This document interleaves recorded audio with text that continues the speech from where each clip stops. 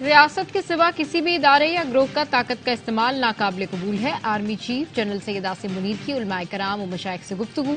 उलमा और मशाइख ने मुतफ़िका तौर पर इंतहा पसंदी, दहशतगर्दी और फिरकावारियत की मजम्मत की। रियासत सिक्योरिटी फोर्सेज की भरपूर हिमायत जारी रखने का अज़्म।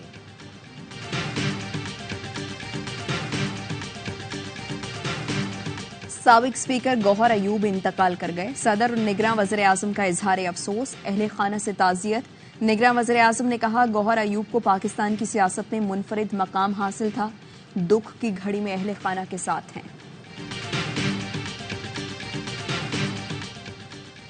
और इसराइल ने गजा के शिफा खानों को मुर्दा खानों में तब्दील कर दिया। अशिफा अस्पताल में मजीद 22 मरीज दम तोड़ गए। डायरेक्टर मोहम्मद अबू सलीमा ने कहा, मरीज मरने के लिए छोड़ने पर मजबूर हैं, ऑपरेशन नहीं कर सकते। जख्मियों को पेन किलर दे सकते हैं ताकि पुरसुकून अंदाज में मर सकें। 190 मिलियन पाउंड मुंतकली केस में चेयरमैन पीटीआई 4 रोजा जिस्मानी रिमांड पर नैब के हवाले। एहतसाब अदालत ने बुशरा बीबी की उबूरी जमानत में 21 नवंबर तक तौसी कर दी। तोशाखाना केस में चेयरमैन पीटीआई की दरखास्त जमानत की बहाली का तहरीरी फैसला जारी। इस्लामाबाद हाई कोर्ट की एहतसाब अदालत को दरखास्त जमानत पर कानून के मुताबिक फैसला करने की हिदायत। नैब की 3 रुकनी टीम ने आज भी चेयरमैन पीटीआई से 2.5 घंटे तक जेल में तफ्तीश की।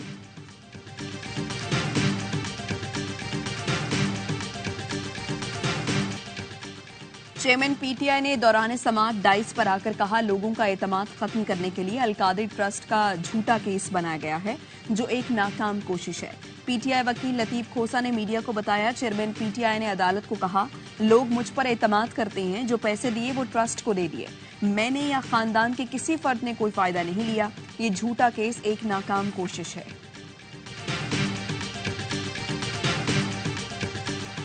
शेख रशीद चिल्ले से आ गए। अब क्या मसला है? ससुराल जाने से क्यों घबरा रहे हैं? 9 मई के मुकदमात में मुलविस करने के खिलाफ दरखास्त पर लाहौर हाईकोर्ट के जज के रिमार्क्स। वकील ने कहा, शेख रशीद घबराते नहीं, इस बार उन्हें ससुराल के बजाय चिल्ले पर ले गए थे। शेख रशीद बोले, पैदा होने से अब तक जिस शहर नहीं गया वहाँ भी दहशतगर्दी का पर्चा काट दिया। इतने मुकदमात बना दिए कि घर से नहीं निकल सकता।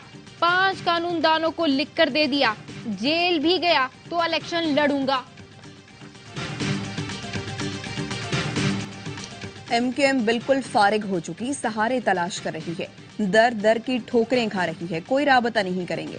सईद गनी की लफ्जी गोलाबारी, कहा एमकेएम दफन हो चुकी। एमकेएम अब पीएसपी के निर्गे में है।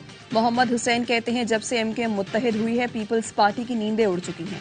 सईद गनी से कहता हूं, इसी मुर्दा घोड़े पर बैठकर आप हुकूमत में आए थे। एमकेएम की ही बदौलत बिलावल ने 40 मुल्कों के दौरे किए।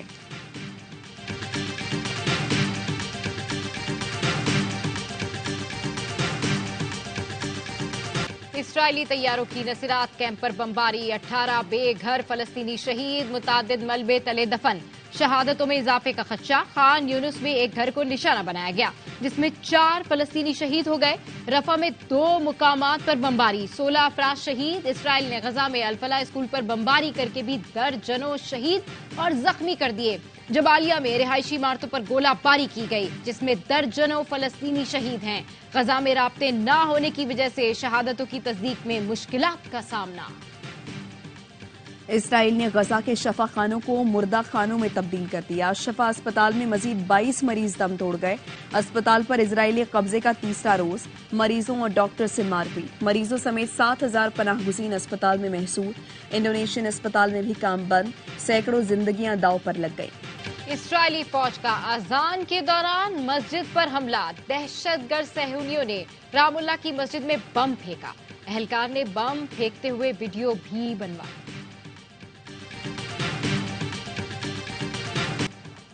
सदर आरिफ अलवी का शोहदाए पाक फौज के वरसा से टेलीफोनिक राबता।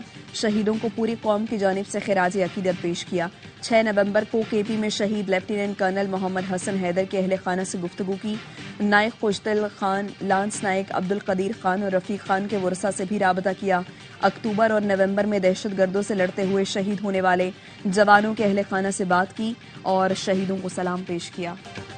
लाहौर में स्मॉग के डेरे आज भी दुनिया के आलूदा तरीन शहरों में सरे फहरिस्त। चीन ने स्मॉग पर काबू पाने के लिए मदद की पेशकश कर दी।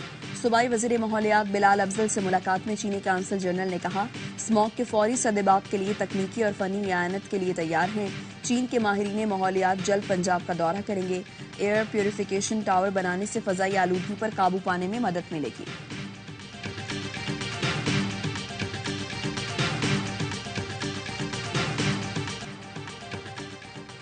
मॉल रोड पर किसी एक दिन सिर्फ पैदल चलने और साइकिलिंग की इजाजत होनी चाहिए।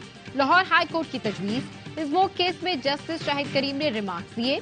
महकमा माहौलियात स्मोक का जिम्मेदार है। इंडस्ट्री सील होने के बावजूद चलती हुई पाई गई तो अफसरान के खिलाफ कार्रवाई करेंगे। इंडस्ट्रीज को शजरकारी के लिए अपना किरदार अदा करना होगा।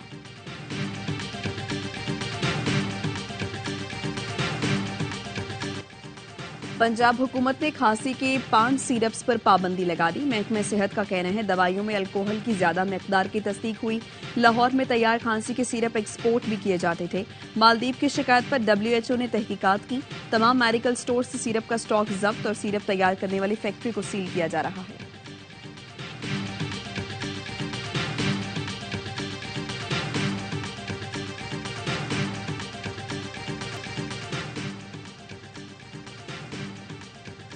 पाकिस्तान क्रिकेट टीम के साबिक कप्तान बाबर आजम का भी फलस्तीनी बच्चों से यकजहती का इजहार।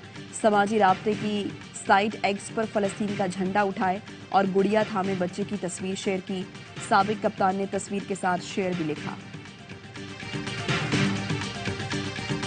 तरक्याती बैंक पाकिस्तान को $25 करोड़ फराहम करेगा। एलामिया जारी। रकम पाकिस्तान में तवानाई के शोबे में इस्तेमाल की जाएगी। पंजाब और केपी में ट्रांसमिशन नेटवर्क बेहतर बनाया जाएगा।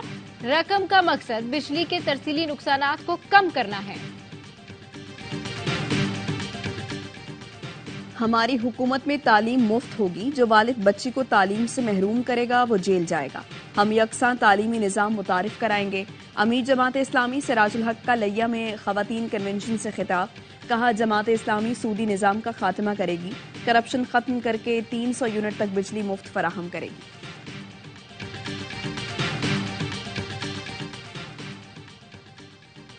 पाकिस्तान में तखरीबकारी का मंसूबा बनाया गया है। चमन के एहतजाजी धरने को निशाना बनाकर इल्जाम पाकिस्तानी इदारों पर लगाया जाएगा।